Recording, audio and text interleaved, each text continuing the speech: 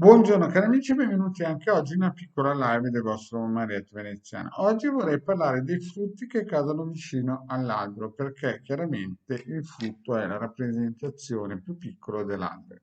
Ma prima di fare questo, il vostro Marietto Veneziano vi vuole chiedere di iscrivervi al canale YouTube Legale, al canale YouTube del vostro Marietto Veneziano, se non l'avete ancora fatto, di venirci a trovare nei nostri gruppi social. Stiamo rilanciando il link sono sotto qui in descrizione, il gruppo di Fese, Radionica, Radiestesia, Tarologia e Ermetismo. Siamo più di 1430 amicizie e stiamo crescendo. In più vi ricordo anche il sito capitano.altervista.org, link sotto in descrizione, dove il vostro Marietto ha posizionato più di 20 ebook di Radionica Radiestesia gratuita, con tanto di spiegazioni, sono gratuiti, ne hanno già scaricati più di 150.000 e il vostro Marietto veneziano ha già donato all'umanità più di 2 milioni di circuiti radionici e quadranti radiostesici con tante spiegazioni targate Marietto Veneziano.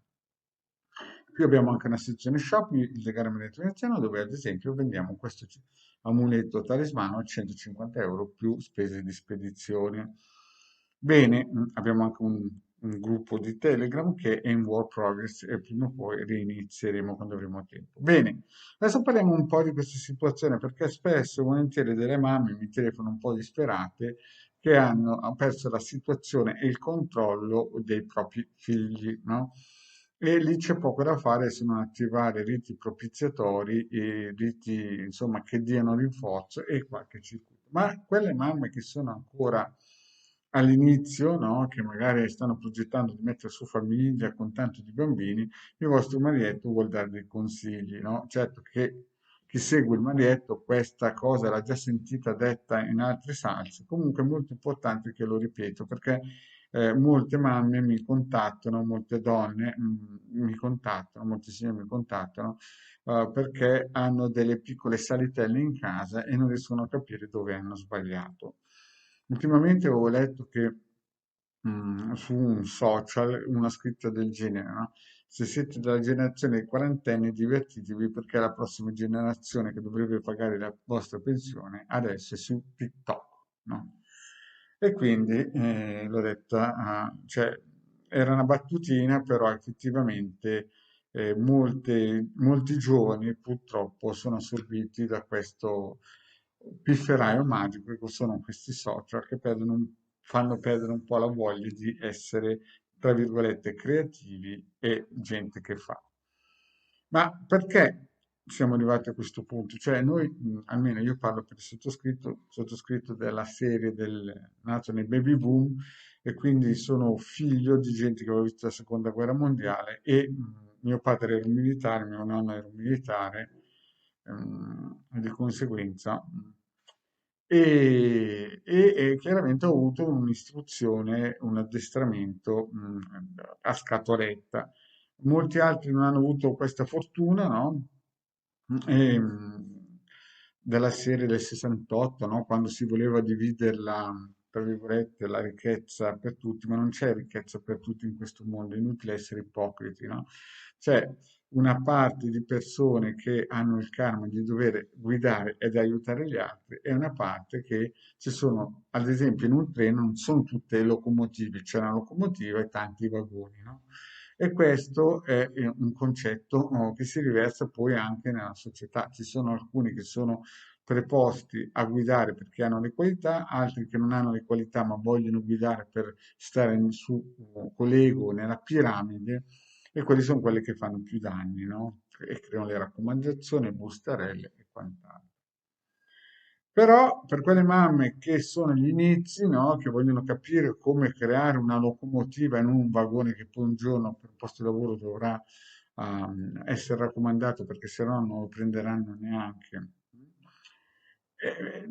La base è dargli un'istruzione forte, no? Un'istruzione forte in cui lui possa, il figlio, creare un abito mentale da guerriero, no? Un abito che deve capire che tutto quello che lui ha se lo deve guadagnare, ma non perché voi siete cattivi, perché quando voi non ci sarete più, nessuno gli regalerà qualcosa gratis e tutto dovrà essere pagato. E poi lui gli farete evitare tanti errori nella vita. Io ho sentito tante mamme che magari gli avevano regalato PS4, gli avevano regalato a destra e a sinistra, poi lui pensava che la vita fosse come una PS4, gli ha regalato una macchina di 60.000 euro, ha preso la macchina, è andato contro un muro e ha capito che la PS4 poteva permettersi di andare contro un muro, ma con una macchina di 60.000 euro andare contro un muro a una certa velocità si è reso conto che il muro c'era e si è fatto la bua. E dopo vai a chiudere la stalla quando i buoi sono usciti. Quindi ai propri figli bisogna dargli già da 4-5 anni un'educazione importante, un'educazione ferrea. Certo che molte persone non hanno queste qualità, forse perché non hanno avuto dei genitori che sono stati adeguatamente, come si dice, motivati, adeguatamente istruiti e di conseguenza loro non hanno queste capacità e allora devono trovare qualcuno che gli spieghi queste cose. Di solito il Marietto consiglia di inserirli in squadre sportive di qualità. Certo che siamo lì inseriti in squadre sportive in cui l'allenatore è più conscio dei, tra virgolette, messo male dei bambini 10-12 anni, no? Perché anch'io ho visto certe cose che dico, ma questo qui non è un allenatore, è uno che non sa cosa fare e va a riempire questi buchi. Allora è chiaro che la cosa non funziona, cioè bisogna copiare dai migliori, bisogna andare in posti dove il vostro figlio lo forgino come il ferro viene forgiato con il fuoco, o anche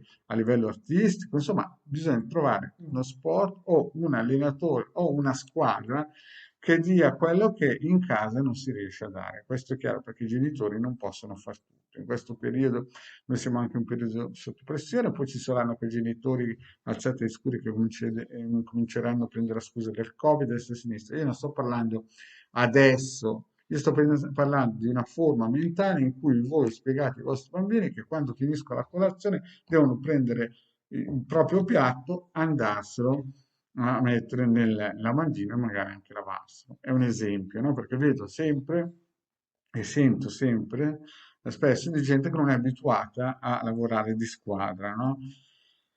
E quindi di conseguenza poi quando i figli diventano grandi, queste ragnatele che hanno dentro nel loro abito mentale li influiscono in modo negativo, di conseguenza creeranno famiglie, farlocche, roba del genere da PS4.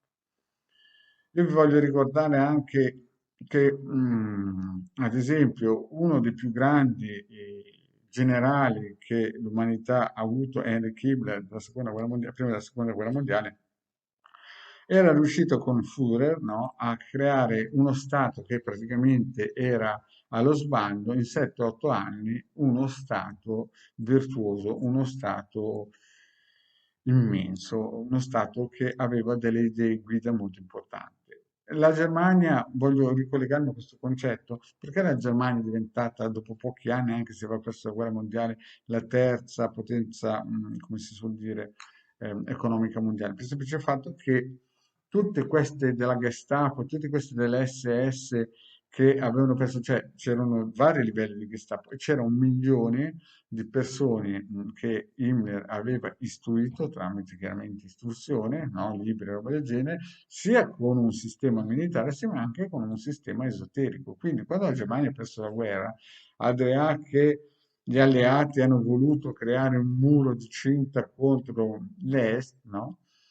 Però nel mondo tedesco, nel mondo germanico, esisteva sempre 1 milione di esoteristi creati dal generale Heinrich Himmler, no?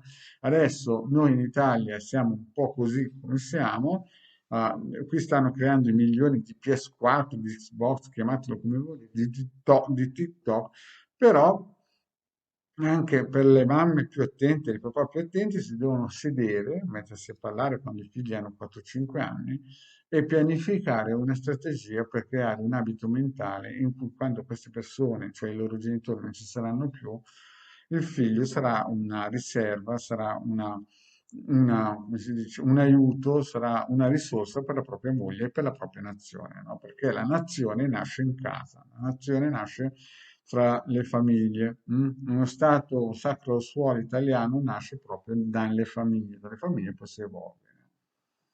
Poi un'altra cosa che vorrei aggiungere per tutti quelli che stannacciano la democrazia, roba del genere, io ho già spiegato tante volte che noi viviamo sotto una talasacrazia degli Stati Uniti che hanno le potere. Quindi quando voi sentite nei vari talk show che si ammazzano e si stracciano le vesti, no? Per cavolare discorsi su destra, non esiste.